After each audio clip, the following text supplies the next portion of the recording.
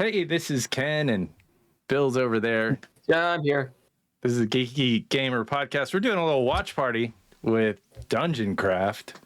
Dungeon Craft, Professor Dungeon Master. Should we throwing some shade at D&D? Yeah. Should we discuss the video first, or just kind of let him? Let's let him. Well, we want to watch it, but Dungeon Craft has they cover a lot of D&D stuff, and yeah, this is just part of the deal. It says, now I'm looking at the title. It says it's not looking so good for D&D 2024. It's actually When was that video uploaded? So this was uploaded 3 days ago, and it's got 100,000 views. And well, yeah, he's very popular. This is where he analyzes the latest Hasbro earnings report, and so it sounds like they're not making money. Oh, it's taxes. Okay, so 2024. Yeah, well, he covered a whole lot of the OpenGL, so the Open Gaming License, and he was already getting popular, but got very popular over that.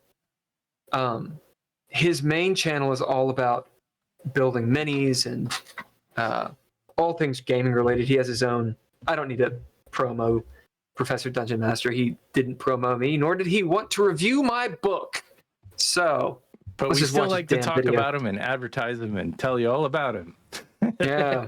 I mean, I get it. We're a bunch of nobodies, but Dreadlore, the Dreadlore book. That's right. This one. Oh, this one right here. The little pitch for Dreadlore. That's right, little pitch for Dreadlore. You go to dreadlore.com. Find this book. Look at this book. He didn't want to read it, and it ticks me off. He did want to read it, but he just didn't want to lose. He gets inundated with a lot of. Everyone's making their own game. I get it. He didn't want to lose subscribers. At the same time, it's like it's the same problem of sucking this Hasbro malarkey. Like they don't need more.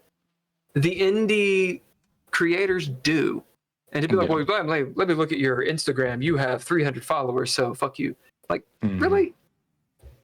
Like, throw a dude a bone, man. There are videos about like throwing people like us, getting us millions of views, that it may ultimately tank us, because if a famous person gives us a bunch of exposure, like their audience isn't going to be the same as our potential audience. And so, I mean, I don't necessarily buy that argument, but that's why people are saying that they don't do it. Anyway, I don't care. I just want people to know what we're doing. Yeah, let's talk about why D&D is not looking good in 2024. Let's do it. I think there's like a 20-second intro that I'm gonna bypass, maybe. Please do. And then we'll start. Talking to that guy. Talking to me. But I can't hear it for some reason. Nope. Is it muted? It isn't. We should be able to hear it. Nope. Hasbro stock soars as toy maker cuts costs, reveals new game plan. Well, that's kind of the thing for corporate stuff. Oh, I know why. I'll start it. I'll start it over again.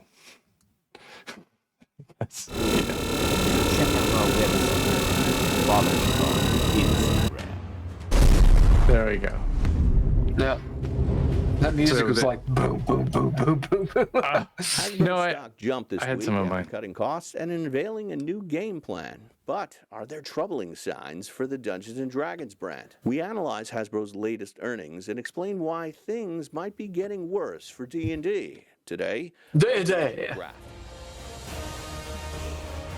I'm Professor DM, and this channel is about all things tabletop role-playing games. Deathbringer, tell them what they should do. Like, subscribe, bell, comment, newsletter, Facebook, X. Hasbro live stream Thursday, and the stock went higher. But the earnings report curiously didn't mention D&D. You know, the version that we've been told is the best-selling D&D product of all time. It's nowhere to be found, which is pretty sus. Before we begin, I'm going to preemptively answer one of the most asked questions in the comments of this video. Professor Dungeon Master, why do you just do WotC clickbait? You used to have a good channel that did campaign diaries, but you don't do those anymore. Because he wants the money, dog. I just did them.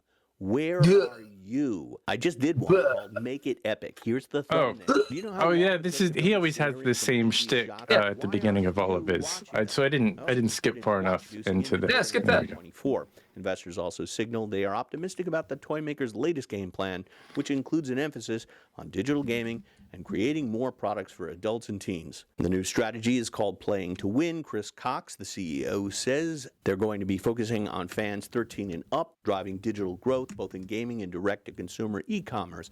Licensing partnerships are the rocket fuel that will help Hasbro's iconic brands go supersonic. Let's look at the report itself. This is the fourth quarter 2024 highlights. Wizards of the Coast and digital gaming segment declined 7% due to the lap of Lord of the Rings holiday set, and consumer products declined 1%. So earlier this year, WotC said that the Player's Handbook was the, quote, best-selling D&D product ever. Notice they didn't say the best-selling D&D book, nor did they say how it compared to, say, Tasha's Cauldron of Everything. Wizards of the Coast has three branches. We've got Magic, Digital, and D&D.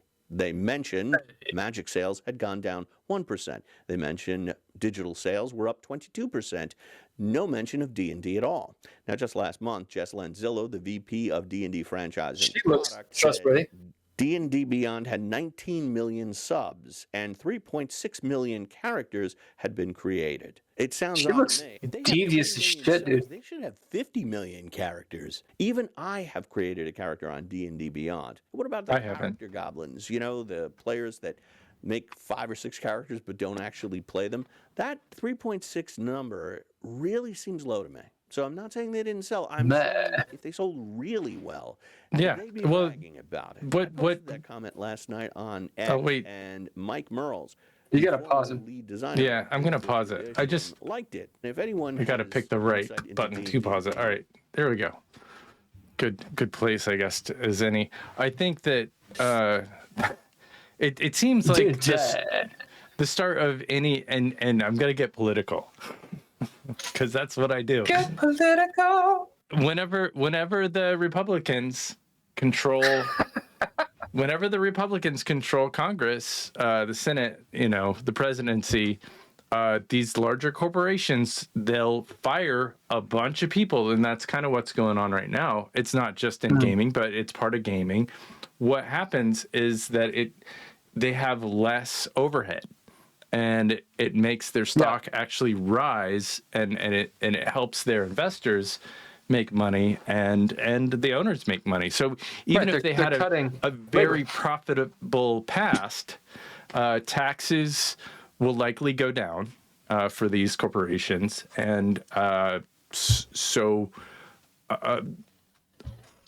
basically cutting the fat is what they're doing, whether or not it's needed. I don't know, but it's just a way to make profits. There's a way. It's called prevarication in a lot of ways, right? So it's telling the truth but not the whole truth. It's a form of deception.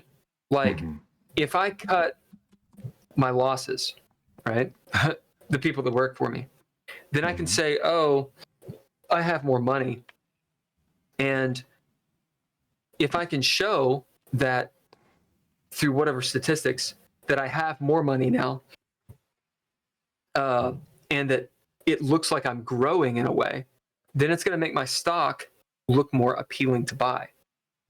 And I'm giving less money away to employees in those investments. I'm recouping that money, right, that I would have spent. And hopefully people actually buy my stock, so my stock goes up. So it's a win-win. And it looks very good. It's great on paper. Cheers. Yeah. Any other thoughts about this? Yeah, I do have thoughts about D&D. And I disagree with not particularly this video, but with Professor DM's a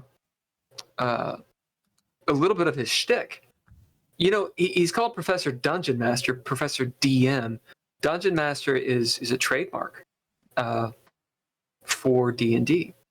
So in his videos, he's got this idea of, oh, I'm not just all about D&D, and that's true, but he's literally calling himself Professor DM. Like, he is absolutely associating himself with D&D and Hasbro content. And he's not hiding this. He's not being totally deceptive about it. He's got videos talking about why does he cover D&D when everybody else is? It's because it brings in views. It brings in revenue when you get down to it. People will watch D&D content. They won't watch as much the more creative type content. So that's also why it's clickbaity. It's a good business move. Sure. At the same time, yeah, go on. Well, I think one of his next points in this video was to talk about how the pandemic had really added a lot of players and a lot of interest in D&D.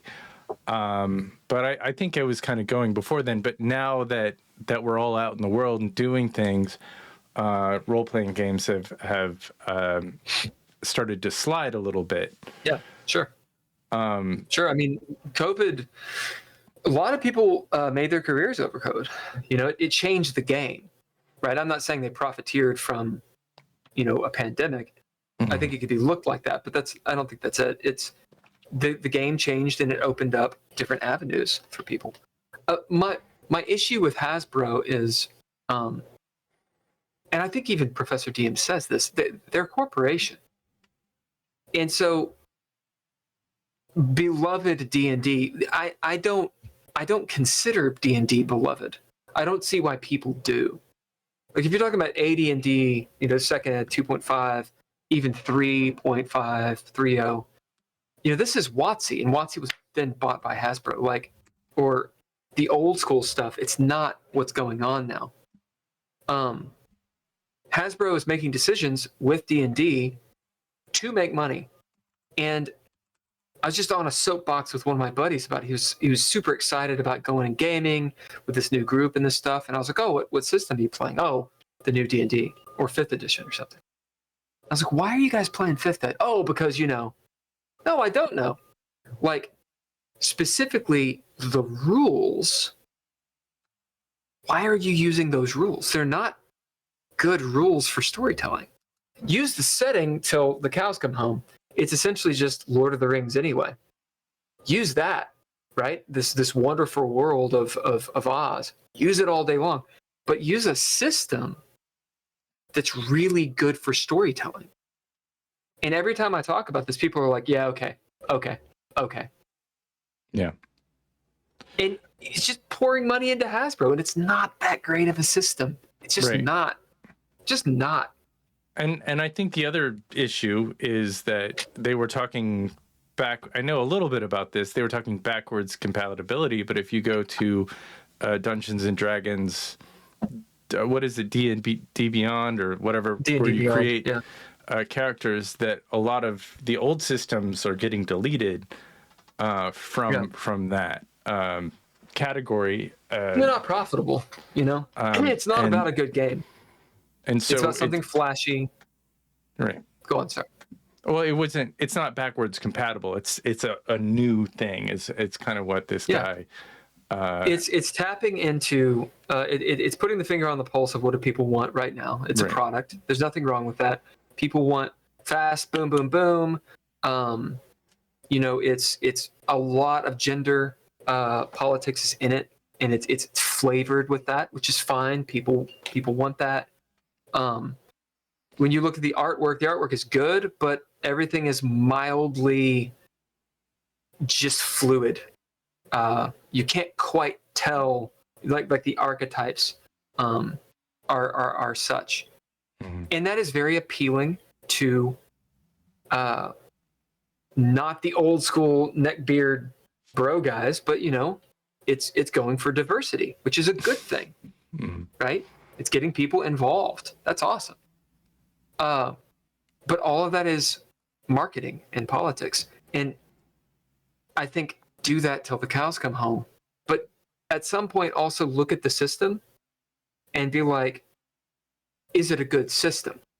Or is it just riding this wave of popularity? And I think some people would say, oh, D&D 5th edition is the best system ever. Well, they're wrong. Like, objectively, they're wrong. And when I talk to them about rules and actual mechanics in the system, they say things like, no. I mean, it's perfect. You open the PHB, you just make a character. It's right there. It's so fun. I'm like, yeah, but look at the rules. Get away from the fluff of you're an elf in a forest and it's magic. Get away from that, because that's not the system. The rules of the system. Oh, it's very, very well balanced. You mean all the characters exactly the same? I just shoot magic missiles and you hit with a sword. It's just numbers. Anyway. Yeah, I think that's interesting. Okay, I got two things. One thing, I'm gonna stop recording. Do it.